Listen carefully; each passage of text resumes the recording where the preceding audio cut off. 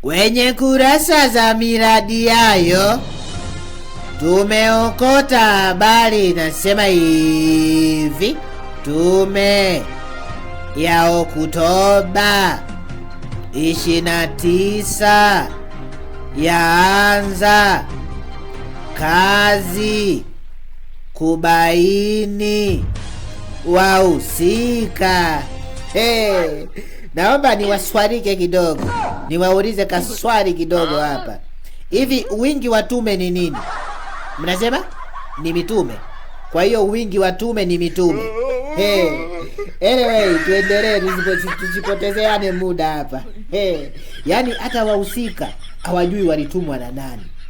Ila Malawi ukileta ujinga unachukuliwa na serikali.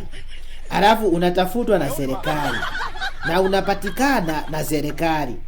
Na upelelezi unafanywa na serikali. Jamani. Yaani hii tume inachunguza nini? Aswa, inachunguza nini? Na inamchunguza nani? Yaani hii sawasawa na kusema baba anajamba, alafu anamuagiza mtoto amtafutie aliyejamba. Naona wanaendelea kujitekenya ili vicheko vishike kasi. Jamani, haya mambo haya tuyaache tu jamani, kwa kusema za ukweli. Haya mambo tuyaache tu.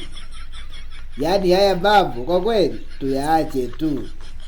Haya, wale usisahau kucomment, kulike, kushare na kusubscribe akaunti yetu ya Ndui.